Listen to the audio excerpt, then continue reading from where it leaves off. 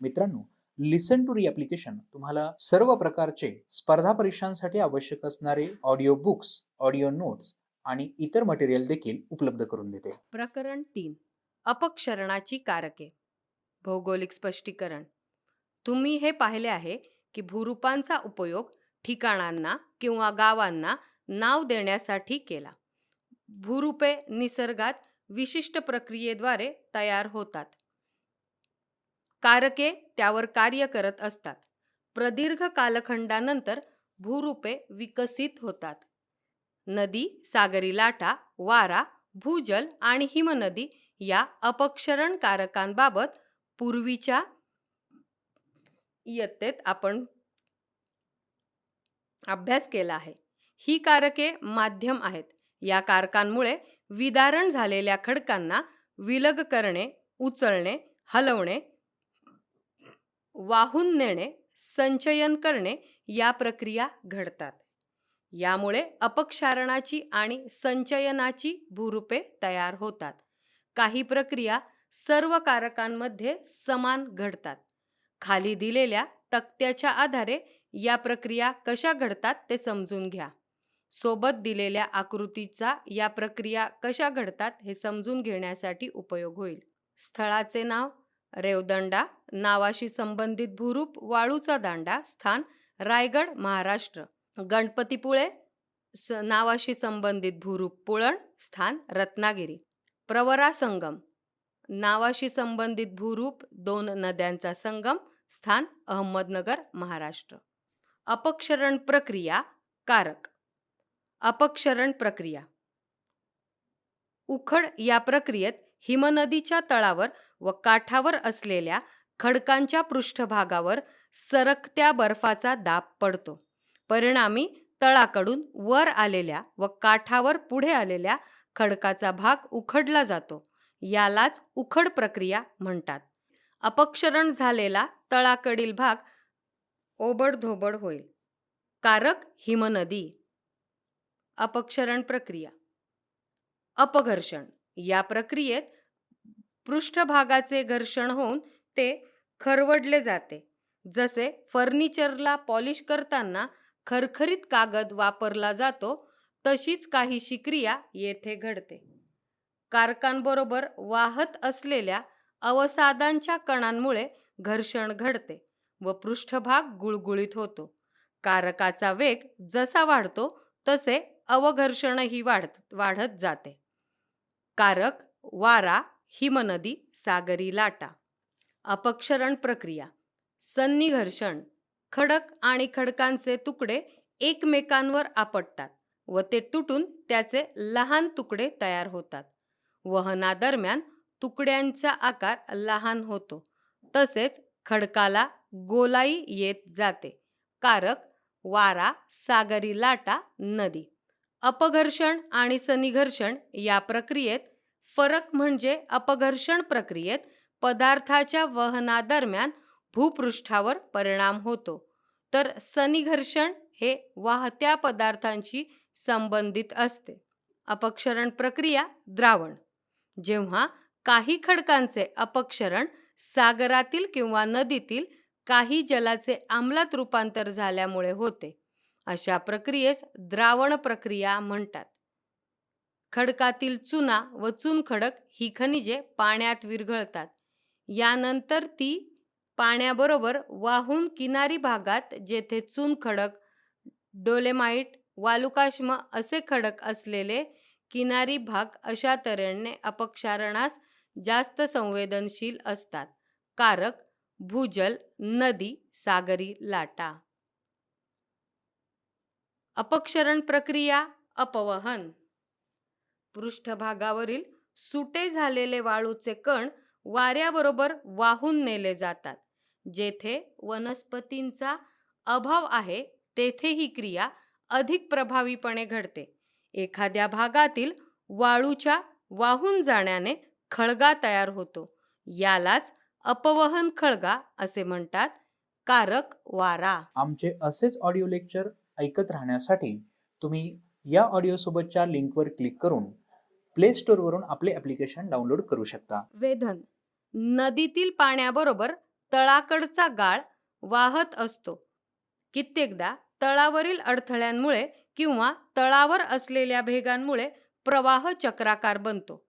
त्याचबरोबर असलेल्या खडकांच्या तुकड्यांना देखील चक्रीय गती प्राप्त होते. असा प्रवाह एकाच जागी सतत फिरल्यामुळे नदीच्या पात्रामध्ये खळगा निर्माण होतो. हा खळगा पुढे मोठा व खोलगट होत जातो. त्याला मडक्यासारखा आकार प्राप्त होतो. कारक नदी. अपक्षरण प्रक्रिया, अधोगामी अपक्षरण, अनुलंब अपघर्षण ही जलीय प्रभावाने होणारी प्रक्रिया आहे. या प्रक्रियेमुळे तळाकडील पदार्थांचे अपक्षरण होऊन हा पदार्थ वाहून गेल्यामुळे नदीचे पात्र किंवा दरीचा तळभाग खोल होत जातो. कारक नदी, हिमनदी. अपक्षरण प्रक्रिया. अभिशीर्ष अपक्षरण. नदीच्या उगमाकडे होणारे पार्श्ववर्ती अपक्षरण नदीच्या उगम क्षेत्रातील मृदा, दगडगोटे किंवा खडक हे उगम क्षेत्रातील तीव्र उतारामुळे कोसळतात. असे कोसळलेले पदार्थ नदी प्रवाहाच्या दिशेने वाहून नेते.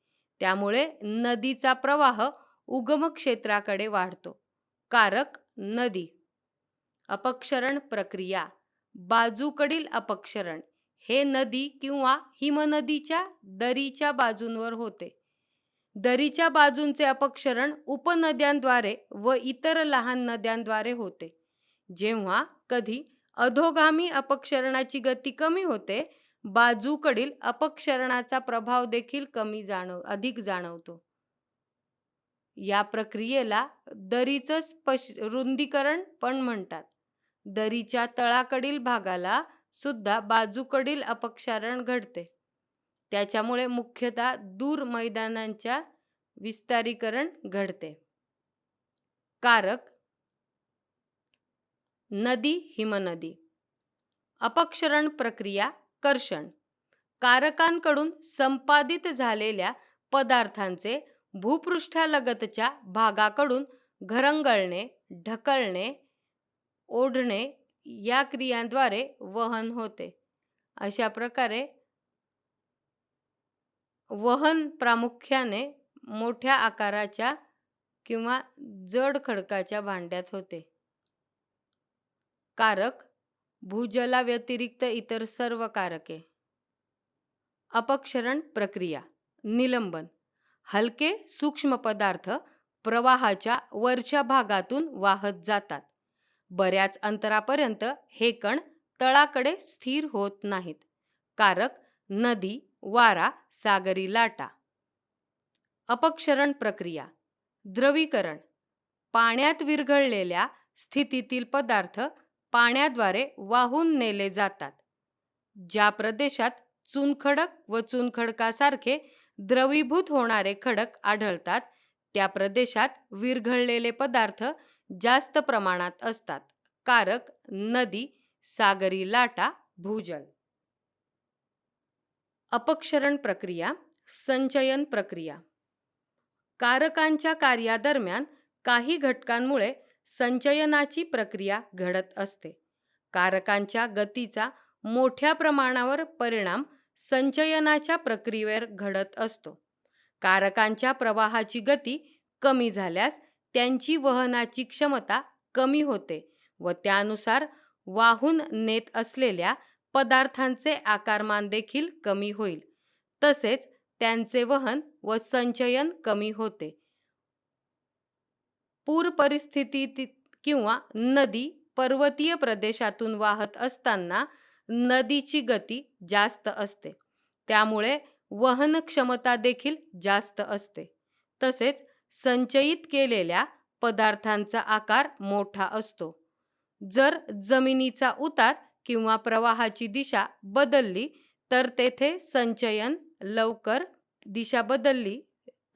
संचयन घडून येते. जेव्हा प्रदेशात उतारमान बदलते, जसे मैदानी प्रदेश, तेथे नद्यांची गती कमी होते. त्यामुळे गुरुत्व बलामुळे मोठे कण लवकर संचयित होतात. नंतर लहान कणांचे संचयन होते. तेथे अवसादांना पुढे वाहून नेण्यास नद्या असमर्थ ठरतात व तेथे संचयनास सुरुवात होते. लहान कण प्रवाहात दीर्घकाळ तरंगत असतात. नदी व वारे सूक्ष्म कणांना शेवटपर्यंत वाहून नेतात आणि त्यानंतरच्या अवस्थेत त्यांचे संचयन घडते. आमचे असेच ऑडिओ लेक्चर ऐकत राहण्यासाठी तुम्ही या ऑडिओसोबतच्या लिंकवर क्लिक करून प्ले स्टोअरवरून आपले ॲप्लिकेशन डाउनलोड करू शकता. प्रवाह मार्गात वृक्ष, पर्वत किंवा तत्सम अडथळा आल्याने कारकांचा वेग मंदावतो. अशा स्थानी संचयनास सुरुवात होते. ह्या प्रक्रिया तुम्हाला कारकांच्या अपक्षरण प्रक्रियेतून निरनिराळ्या भूरूपांची निर्मिती प्रक्रिया कशी घडते हे समजण्यास मदत करतील. भूरूपे अपक्षरण, वहन आणि संचयन प्रक्रियेचा एकत्रित परिणाम असतो. ह्या प्रक्रिया मिळून एकत्रित कार्य करतात किंवा एकटेपणे सुद्धा कार्य करतात. यातील प्रत्येक परिणामानुसार विविध भूरूपे संबंधित कारकांकडून तयार होतात. त्यांचे सर्वसाधारण वर्गीकरण अपक्षरणाची आणि संचयनाची भूरूपे असे केले जाते. तुम्हाला हे लक्षात आले असेल की सर्व अपक्षयाची कारके सगळीकडे अस्तित्वात असत नाहीत. शुष्क प्रदेशात वारा हा प्रभावी असतो, तर नदीचे कार्य सर्वव्यापी आहे. चुनखडीयुक्त भूस्वरूप हे केवळ जेथे डोलामाइट किंवा कॅल्शियमयुक्त खडक असतो तेथेच आढळतात. भूरूपांच्या निर्मितीत असे अनेक घटक आहेत जे भूरूपांच्या निर्मितीला नियंत्रित करत असतात, जसे हवामान, खडकांचा प्रकार, अपक्षरणाची तीव्रता, जमिनीचा उतार आणि अडथळे. हे घटक अपक्षरण आणि संचयनाच्या प्रक्रियांवर परिणाम करतात. उदाहरणार्थ, वाळूचा भार वाढल्यास वाऱ्याचे वहन कार्य मंदावते व वारा संचयनास सुरुवात करतो. म्हणूनच संचयनाच्या भूरूपाची निर्मिती प्रक्रिया सुरू होते. ज्यावेळी नदीचा वेग मंदावतो त्यावेळी संचयन कार्यास सुरुवात होते.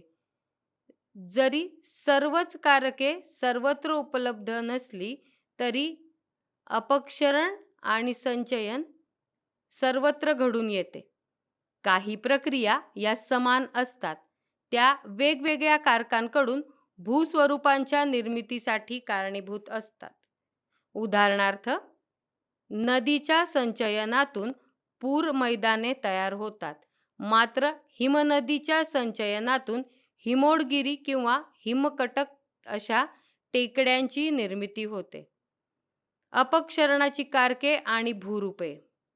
प्रत्येक कारकांमुळे विविध भूरूप कशी निर्माण होतात ते आपण बघूया. नदीतील पाण्याचा प्रवाह खडकांचे अपक्षरण करून अपक्षरित पदार्थांचे नवीन ठिकाणी वहन व संचयन करते.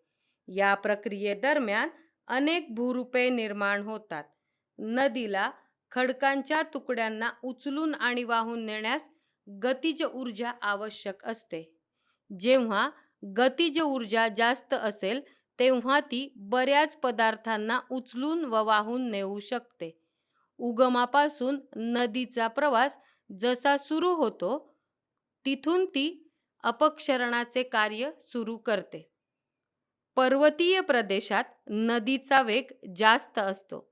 येथे काठांपेक्षा तळाचे खनन जास्त होते. त्यामुळे तीव्र उताराचे काठ व अरुंद तळ असलेली घळई निर्माण होते. उदाहरणार्थ, उल्हास नदीची घळई आणि नर्मदा नदीची घळई. खोल घळईला इंग्रजीत कॅनियन असे म्हणतात. नदीच्या प्रवाहात कालांतराने पाण्याबरोबर गाळाचे प्रमाण वाढते. पर्यायाने नदीच्या तळभागाचे खनन कमी होते, मात्र काठावर तसेच दरीच्या उतारावर खनन जास्त होते. त्यामुळे दरीचे उभट तट रुंदावून दरीला व्ही आकार प्राप्त होतो. या दऱ्यांना व्ही आकाराची दरी म्हणतात. बऱ्याच वेळा डोंगर प्रदेशातील कड्यांवरून पाणी वाहते. उतारावरून ते वेगाने खाली पडते आणि खडकांचे खनन करते. त्या ठिकाणी सामान्यतः धबधब्यांची निर्मिती होते. जेव्हा नदी आलटून पालटून कठीण व मृदू खडकांच्या स्तरांवरून वाहते, तेथे धावत्या आणि धबधबे तयार होतात. शरावती नदीवरील जोग, चंबळ नदीवरील छुलिया आणि महाबळेश्वर येथील वेण्णा धबधब्यांची काही उदाहरणे आहेत.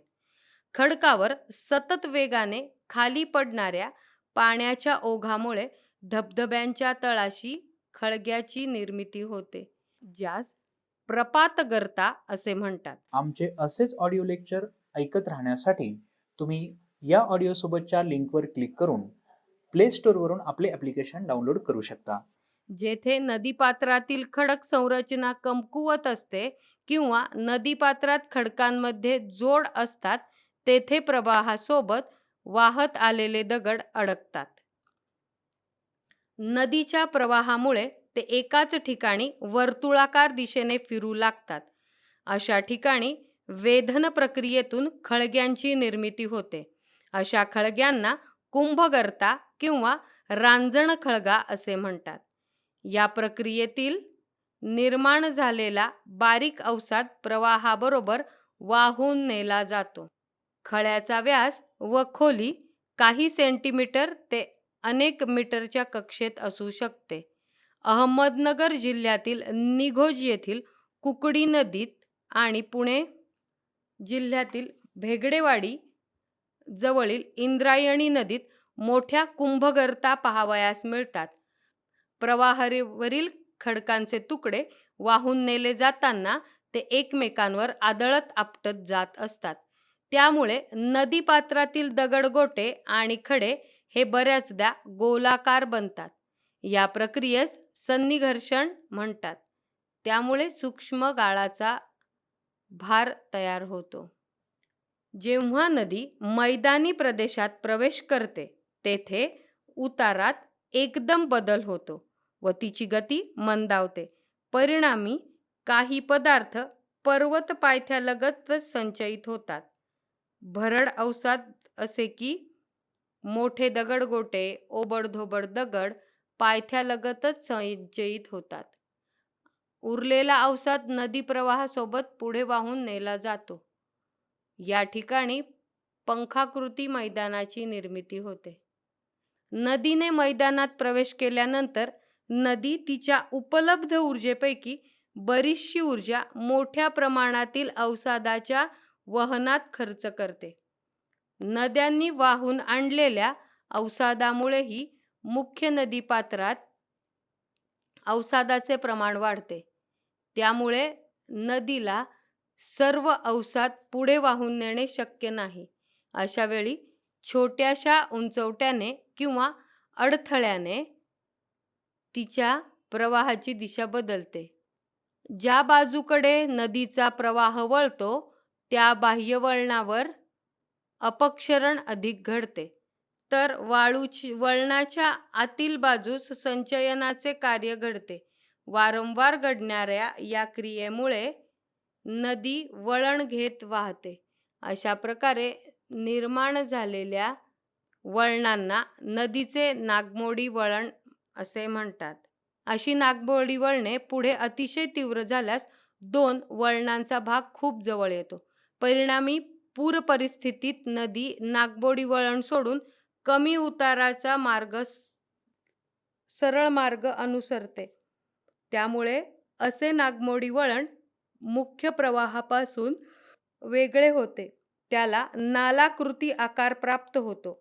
अशा भूरूपास नालाकृती सरोवर म्हणतात. नदीला पूर आल्यास नदीचे अपक्षरणाचे कार्य वाढते व त्या प्रदेशात मंद उताराचे विस्तृत मैदान तयार होते. यालाच पूरमैदान म्हणतात. या मैदानातील मृदा सुपीक असल्यामुळे शेतीसाठी फायदेशीर ठरते. पूर काळात पूरमैदाने पाण्यातील अवसादासह जलमय होतात.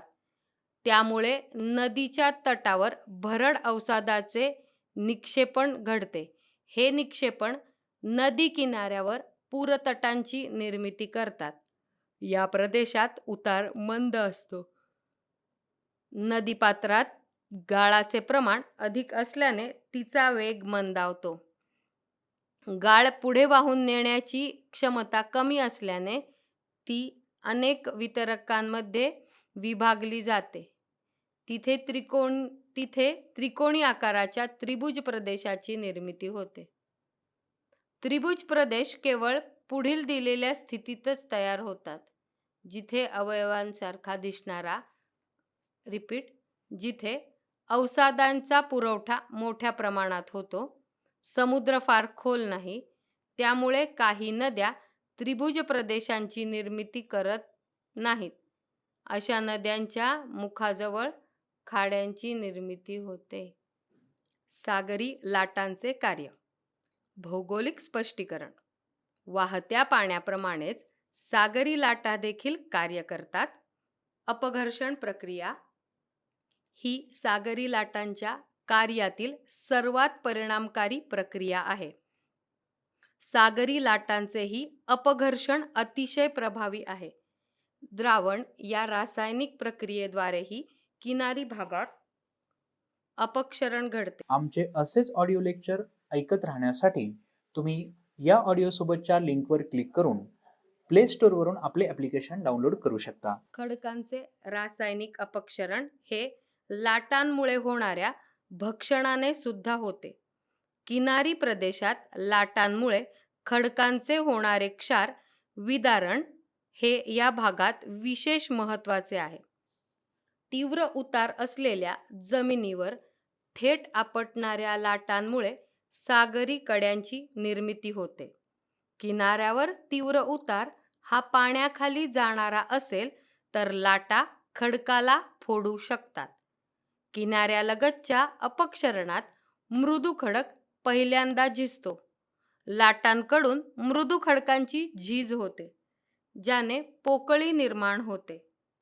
त्याला सागरी गुहा म्हणता येईल. कठीण खडकाखाली मृदू खडक जेव्हा लाटांमुळे अपक्षरित होतो तेव्हा सागरी गुहा आकारास येते.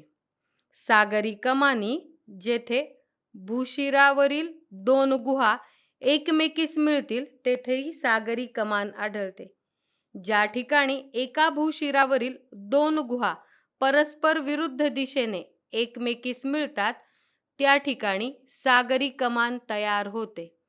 सागरी कमानीचे छत कोसळल्यानंतर तेथे सागरी स्तंभ निर्माण होतात, जे सागर जलात एखादा मोठा खडक ठेवावा तसे दिसतात. जेथे लाटांमुळे खडकाचे अपक्षरण मोठ्या प्रमाणात होते तेथे विस्तृत तरंग घर्षित मंच तयार होतो. हे अपघर्षणामुळे तयार होतात. असा सागरी तरंग घर्षित मंच बहुधा सागरी कड्यांच्या पायथ्याशी निर्माण होतो. असे तरंग घर्षित मंच ओहोटीच्या वेळी दिसतात. कड्याचे मागे सरकणे हे देखील याचा एक पुरावा आहे. किनाऱ्यावरील सहज आढळणारे संचयनाचे भूरूप म्हणजे पुळण होय. समुद्रात शिरणाऱ्या जमिनीच्या भागाला भूशिर म्हणतात. दोन निकटच्या भूशिरांदरम्यानचा किनारा आंतरवक्र आकारात असतो. लाटांमुळे अपक्षरण झालेल्या पदार्थांचे वहन होते आणि या भागात संचयन होते. नदी आणि अन्य कारकांकडून मोठ्या प्रमाणावर अवसाद आणला जातो. त्याशिवाय हा भाग उथळ असल्याने लाटांची गती कमी होते. परिणामी या भागात वेगवेगळ्या प्रकारच्या अवसादांचे संचयन होते. प्रामुख्याने बारीक वाळूंचे संचयन किनाऱ्यालगत झालेले आढळते. किनाऱ्यालगत वाळूच्या अशा संचयनाने पुळण निर्माण होते.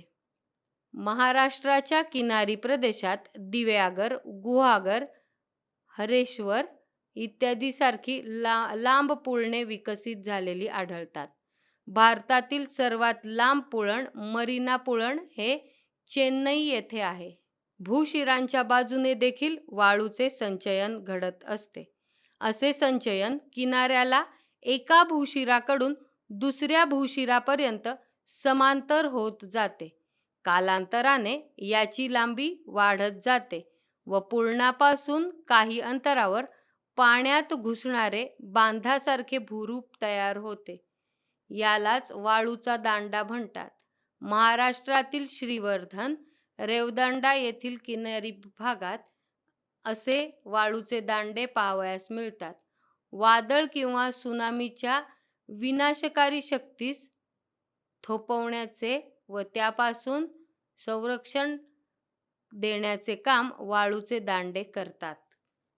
कधीकधी वाळूचे दांडे आणि जमीन या दरम्यान समुद्राचा भाग बंदिस्त होतो. या ठिकाणचे पाणी मचूळ असते. अशा खाऱ्या व मचूळ पाण्याच्या सरोवरास कायल किंवा खाजण म्हणतात.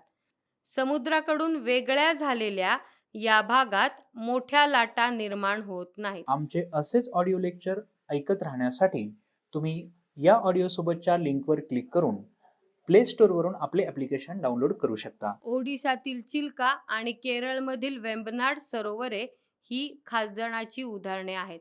ओडिशातील चिल्का सरोवर मान्सून पर्जन्यादरम्यान गोड्या पाण्याचे होते. काही वेळेस असे वाळूचे दांडे मुख्य भूमीपासूनच वेगळे होत नाहीत आणि ते समुद्रात वाढत जातात. त्यांना वाळूची दांडी म्हणतात. वाळूचा दांडा आणि वाळूची दांडी हे जमिनीपासून विलग झाल्यास बेटांची निर्मिती होते. किनारी भागांचे वेगळेपणा. इतर सर्व कारकांच्या मानाने सागरी लाटांच्या कार्यामध्ये सातत्य असते, ज्यामुळे या ठिकाणी कारकांचे परिणाम अल्पकाळातच दिसून येतात.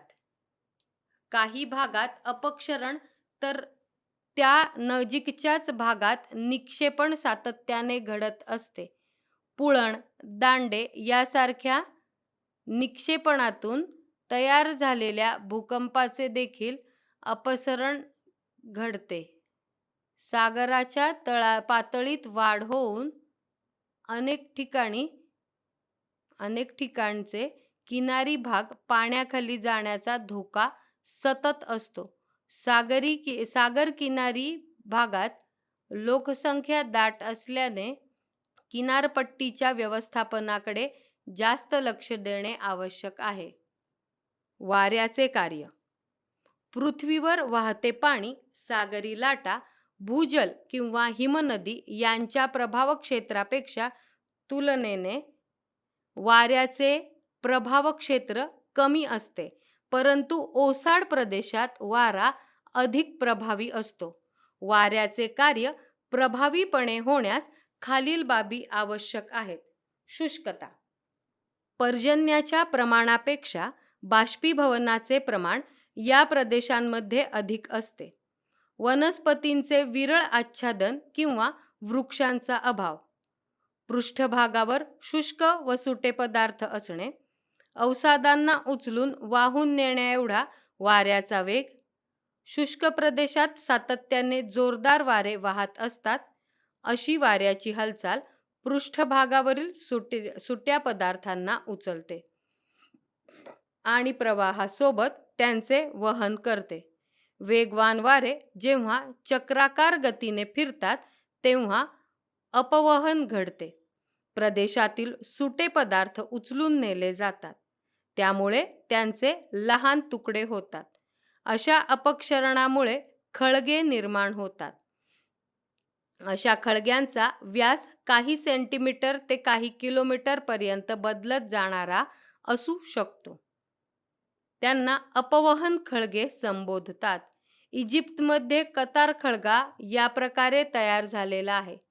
त्याची लांबी सुमारे 300 किलोमीटर आणि रुंदी 135 किलोमीटर आहे. समुद्र सपाटीपासून हा खळगा 133 मीटर खोल आहे. जमिनीच्या पृष्ठभागावर वाऱ्यामुळे अपघर्षण होते. वाऱ्यामुळे खडकाचा वाताभिमुख पृष्ठभाग गुळगुळीत उताराचा बनतो. अशा खडकांना वातघृष्ट म्हणतात. अपघर्षण. भूछत्र खडकांच्या निर्मितीत देखील सहाय्यभूत ठरते. खडकावर वारा आणि त्यासोबत वाहून आणलेले कण आघात करतात. हा आघात प्रामुख्याने खडकाच्या पायथ्याकडील भागात जास्त होतो. त्यामुळे मध्याकडील भागापेक्षा पायथ्याकडील भागांचे अपक्षरण जास्त होते. त्यातही जमिनीपासून मध्यम उंचीवर वाऱ्याबरोबर वाहून येणारे कण हे बारीक असले तरी वाऱ्याचा वेग जास्त असल्याने मधल्या भागात पायथ्याच्या तुलनेत अपक्षरण जास्त होते. त्यामुळे अशा खडकाचा आकार भूजलासाठी दिसतो. म्हणून अशा खडकांचे भूछत्र खडक असे म्हणतात. आमचे असेच ऑडिओ लेक्चर ऐकत राहण्यासाठी तुम्ही या ऑडिओ सोबतच्या लिंकवर क्लिक करून प्ले स्टोअरवरून आपले ॲप्लिकेशन डाउनलोड करू शकता. दोन समांतर कठीण खडकांच्या दरम्यान मृदू खडक असल्यास मृदू खडकाची झीज जलद होते व पन्हाळीसारखा खडक आकारास येतो. यास यारदांग असे म्हणतात.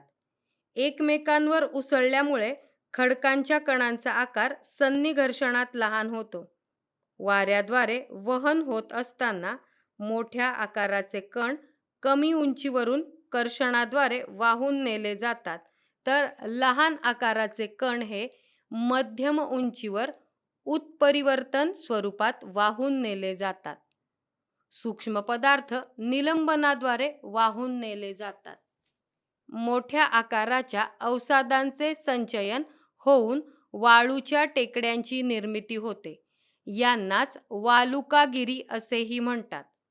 पोयटा आणि चिकणमातीचे सूक्ष्म कण मूळ स्थानापासून निलंबनाद्वारे दूरपर्यंत वाहून नेले जाऊन संचयित होतात. या संचयनामुळे झालेल्या भूरूपास लोयस म्हणतात. वालुकागिरींचे प्रकार टेकडीच्या आकारानुसार तसेच वाऱ्याच्या दिशेनुसार वालुकागिरींचे वर्गीकरण केले जाते. वाऱ्याच्या वहन मार्गात अडथळा आल्याने वाऱ्याचा वेग मंदावतो. तेथे वाळूच्या संचयनास सुरुवात होते. साचलेल्या वाळूच्या टेकडीस कालांतराने चंद्रकोरीसारखा आकार प्राप्त होतो. वारा ज्या दिशेने येतो त्या दिशेकडील उतार मंद असतो, तर विरुद्ध बाजू तीव्र उताराची असते. त्याला बारखाण असे म्हणतात. असे बारखाण कमी वाळूच्या प्रदेशात व नित्याने एकाच दिशेने जोरदार वाहणाऱ्या वाऱ्याच्या प्रदेशात निर्माण होतात. बारखाणची हालचाल वाऱ्याच्या दिशेने होते. अशा प्रकारच्या बारखाण टेकड्या राजस्थान येथे भारतीय महावाळवंटात अनेक संख्येने पाहावयास मिळतात. अनुलंब टेकड्या ह्या वाऱ्यासोबत येणाऱ्या वाळूच्या संचयनाने निर्माण होतात. त्यामुळे या टेकड्या लांबवर वाऱ्याच्या दिशेस समांतर पसरलेल्या असतात. बारखाणप्रमाणे या स्थलांतरित होत नाहीत, परंतु वाऱ्याच्या दिशेने लांबवत होतात. यालाच सैफ टेकड्या असेही म्हणतात. या टेकड्या शेकडो किलोमीटर लांब असतात. सौदी अरेबियातील रब अल खली वाळवंटात अशा टेकड्या पाहायला मिळतात. वाळूच्या संचयनापासून लोयस मैदानाची निर्मिती होते. वाळवंटी प्रदेशातील सूक्ष्म वाळू वारा दूरपर्यंत वाहून नेतो आणि ती संचयित होते. त्यामुळे या भूरूपांची निर्मिती होते. या भूरूपाचा थर 100 मीटरपर्यंत जाडीचा असतो. वाऱ्याद्वारे निलंबित कणांचे शेकडो आणि हजारो किलोमीटर दूर वाळवंटात संचयन होते. उत्तर चीनमध्ये लोयसच्या थराची जाडी 30 ते 90 मीटर आढळते. गोबीच्या वाळवंटातून येणाऱ्या वाऱ्यांमुळे याची निर्मिती झाली आहे. ही मैदाने सुपीक असतात.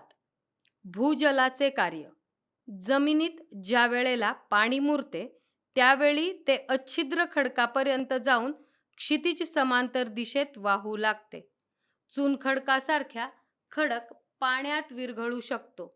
अशा प्रदेशात जमिनीखालील खडकात वेगवेगळी भूरूपे तयार करण्याच्या प्रक्रियेत भूजल महत्त्वाची भूमिका पार पाडते.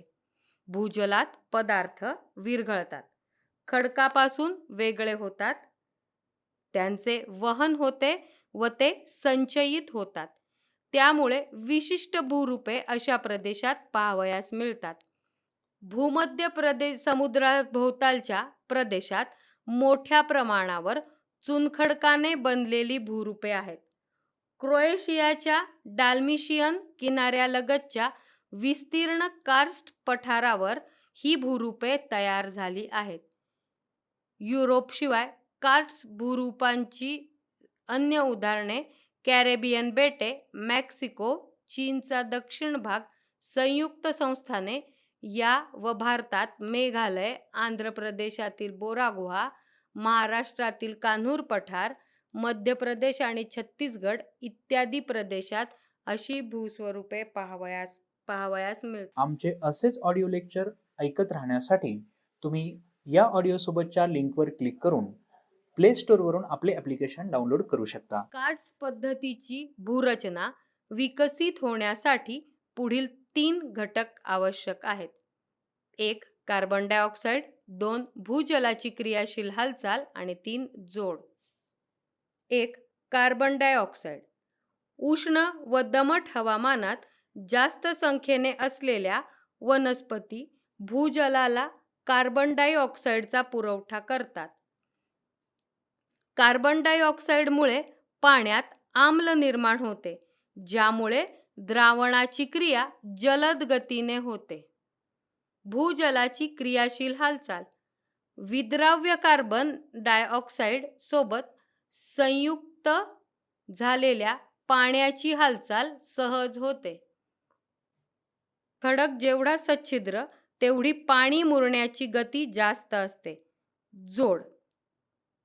खडकातील तडे आणि जोडांमुळे पाणी मुरण्यासाठी जागा निर्माण होते. अपक्षरण व संचयन भूरूपे. ज्या खडकात भेगा किंवा जोड आहेत अशा खडकांमध्ये मुरलेले पाणी भूपृष्ठभागाच्या खाली अधिक प्रमाणात केंद्रित होते. म्हणूनच भूजलामुळे निर्माण होणारी भूरूपे पृष्ठभागाच्या खाली तयार होतात. ज्या प्रदेशात जिप्सम व चुनखडक यासारखे पाण्यात विरघळू शकणारे खडक असतात तेथे आम्लजलामध्ये खडक विरघळतो. त्यातील भेगा कालांतराने मोठ्या होतात. सतत होणाऱ्या द्रावण क्रियेमुळे या भागात भूपृष्ठावर वर्तुळाकार खळगे निर्माण होतात. यांना विलयन विवरे असे म्हणतात. पृष्ठीय जलप्रवाह अशा विवरांमध्ये लुप्त होतो.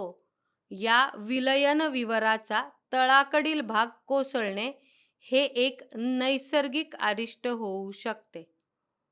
काही प्रदेशात भूजलात विरघळल्यामुळे त्यांच्या प्रवासमार्गाची जाळी तयार होते. काही वेळा झिरपणारे पाणी अच्छिद्र व एकसंध खडकामुळे अडते.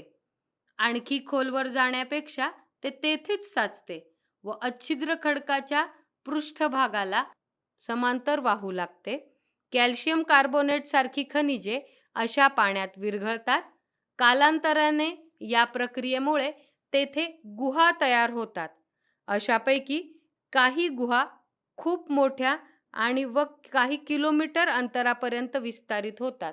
उदाहरणार्थ भारतातील मेघालय प्रांतात अशा एका गुहेची लांबी 23 किलोमीटर आहे. झिरपणारे पाणी कॅल्शियम कार्बोनेटचे संचयन करते. पाण्याचे गुहांच्या छतांवर अवक्षेपण होते व कॅल्शियम कार्बोनेट छतावर साचतो. असे संचयन तळाच्या दिशेने वाढत जाते. कॅल्शियम कार्बोनेटमुळे संपृक्त झालेले जल झिरपताना गुहांच्या तळांवरही अशा मोठ्या आकाराचे स्तंभ तयार होऊ लागतात. छताकडून वाढत जाणाऱ्या स्तंभांना अधोमुखी लवणस्तंभ म्हणतात, तर जमिनीकडून छताकडे वाढत जाणाऱ्या स्तंभांना ऊर्ध्वमुखी लवणस्तंभ म्हणतात. काही वेळा ऊर्ध्वमुखी व अधोमुखी लवणस्तंभ वाढत जाऊन एकमेकांस मिळतात व त्यातून सलग लवणस्तंभाची निर्मिती होते. झिरपणारे पाणी गुहेतील हवेशी संपर्कात आल्यामुळे त्यातून कार्बन डायऑक्साईड वायू मुक्त होतो. ही कार्बनन प्रक्रियेच्या विरुद्ध घडणारी क्रिया आहे. यातून कॅल्शियम कार्बोनेटचे अवक्षेपण होते. आमचे असेच ऑडिओ लेक्चर ऐकत राहण्यासाठी तुम्ही या ऑडिओसोबतच्या लिंकवर क्लिक करून प्ले स्टोअरवरून आपले ॲप्लिकेशन डाउनलोड करू शकता. हिमनदीचे कार्य. भौगोलिक स्पष्टीकरण. उच्च अक्षवृत्तीय प्रदेशात तसेच समुद्र सपाटीपासून अधिक उंचावर असलेल्या पर्वतीय प्रदेशातील हिमरेषेच्या वर हिमनदीचे कार्य दिसून येते. उच्च अक्षवृत्तीय व अति उंचावरील प्रदेशात हिमवर्षावाच्या स्वरूपात वृष्टी होते. या हिमवृष्टीमुळे भूपृष्ठावर हिमथर साचून कालांतराने त्याचे बर्फात रूपांतर होते. बर्फाच्या प्रचंड दाबामुळे बर्फाचे थर उताराच्या दिशेने मंद गतीने सरकू लागतात. अशा बर्फाच्या प्रवाहास हिमनदी म्हणतात. हिमनदी घन स्वरूपात असल्याने तिचा वेग अतिशय मंद असतो. इतर कारकांप्रमाणे हिमनदी देखील अपक्षरण, वहन व संचयनाचे कार्य करते. त्यामुळे अनेक भूरूपांची निर्मिती होते. हिमनदी जेथून वाहते त्या पृष्ठभागावरील खडक उखडतात आणि अपघर्षणाद्वारे खडकांच्या तुकड्यांना वेगळे करतात. हिमनदीच्या तळाकडील अपघर्षण व उखडण्याच्या क्रियेने भूप्रदेशात मेषशिला हे भूरूप तयार होते. मेषशिलेचा उगमाकडील भाग गुळगुळीत असतो तर प्रवाहाच्या दिशेकडील भाग खडबडीत असतो. अपक्षय, विस्तृत झीज आणि बर्फाची हालचाल यांमुळे हिमनदीच्या शीर्षभागाकडील तळाचा खडक हा तीव्र उताराचा होतो. खोल पोकळीतील खळग्याला आराम खुर्चीसारखा आकार येतो, त्याला हिमगव्हर असे म्हणतात. सहसा दोन किंवा अनेक हिमगव्हर एकमेकांच्या बाजूला विकसित होत असतात. या दोन हिमगव्हराच्या दरम्यान शिल्लक राहणारा भाग अरुंद भिंतीचा असतो, त्याला शुककूट ॲरेट असे म्हणतात. जेव्हा 3 किंवा 3 पेक्षा अधिक हिमगव्हर तयार होतात तेथे हिमनदीच्या झिजेमुळे शीर्षाकडे खनन होते व त्यामुळे शिखराकडे वैशिष्ट्यपूर्ण असा शिंगासारखा भाग तयार होतो. स्वित्झर्लंडमधील आल्प्स पर्वतातील मॅटरहॉर्न हे त्याचेच उदाहरण होय. हिमनदी ही नदीप्रमाणे ज्वलस्वरूपात नसून ती घन स्वरूपात असते. त्यामुळे तेथील दरीच्या तळांचे तसेच काठांचे अपक्षरण होते. यामुळे दरीचा तळभाग रुंद होतो. यालाच यू आकाराची दरी म्हणतात. नदीप्रमाणे हिमनदीस देखील उपनद्या असतात. या उपनद्या देखील यू आकाराच्या दऱ्या तयार करतात. परंतु हिमनदीच्या आकारातील फरकामुळे अपक्षारणाचे प्रमाण देखील भिन्न असते. उपहिमनद्यांपेक्षा मुख्य हिमनदीकडून होणारे अपक्षरण अधिक असते. मुख्य हिमनदीतील यू दरीत उभे राहिल्यास या दऱ्या लोंबत्या असल्यासारख्या भासतात. यामुळे यांना लोंबत्या दऱ्या असे म्हणतात. मुख्य नदी व उपहिमनदी यांच्या संगमाजवळ हिमठोकळ्यासारखे खाली पडते. हिमनदीचे कार्य संपल्यावर या ठिकाणी धबधबे निर्माण होतात. हिमोडगिरी. हिमनदीबरोबर वाहून आलेल्या जाड्या भरड्या गाळाचे संचयन हिमनदी ढिगांच्या स्वरूपात ठिकठिकाणी करते. अशा ढिगाऱ्यांमुळे तयार झालेल्या टेकड्यांना हिमोडगिरी म्हणतात. अनेक वेळा बऱ्याच हिमोडगिरी एकत्रित आढळतात. उंचावरून पाहिल्यास या हिमोडगिरींचा संच टोपलीत अंडी ठेवल्याप्रमाणे दिसतो, म्हणून याला अंड्याची टोपली असे म्हणतात. हिमकटक. हिमनदीतील ओबडधोबड आकाराचे पदार्थ वहनमार्गात नागमोडी लांबट डोंगरकडे तयार करतात व लांबट टेकड्या हिमकटक म्हणून ओळखले जाते. आगंतुक खडक. हिमनदीच्या प्रभाव क्षेत्रात स्थानिक खडकापेक्षा भिन्न स्वरूपाचा किंवा भिन्न प्रकारचा खडक आढळतो. हा खडक स्थानिक प्रदेशातील नसून तो हिमनदीद्वारे दूरवरच्या प्रदेशातून वाहून आणलेला असतो. त्यास आगंतुक खडक म्हणतात. असे आगंतुक खडक उच्च अक्षवृत्तीय हिमाच्छादित पाहावयास मिळतात. हिमनदीने झीज केल्यामुळे तयार झालेला अवसाद वहनादरम्यान काठाकडे किंवा हिमनदीच्या मार्गात संचयित होतो.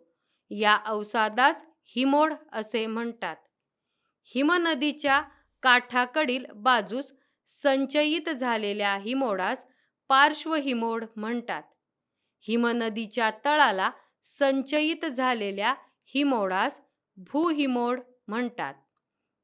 दोन हिमनदीच्या एकत्रित होणाऱ्या प्रवाह क्षेत्रात संचयित होणाऱ्या हिमोडास मध्यहिमोड म्हणतात, तर हिमनदीच्या मुखाकडे संचयित झालेल्या हिमोडास अंत्यहिमोड असे म्हणतात. लिसन टू ॲप्लिकेशन तुम्हाला सर्व स्पर्धा परीक्षांसाठी आवश्यक असणारी ऑडिओ नोट्स, ऑडिओ बुक्स आणि इतर मटेरियल देखील उपलब्ध करून देते. चला तर मित्रांनो, भेटूयात पुढच्या लेक्चरमध्ये. तोपर्यंत धन्यवाद.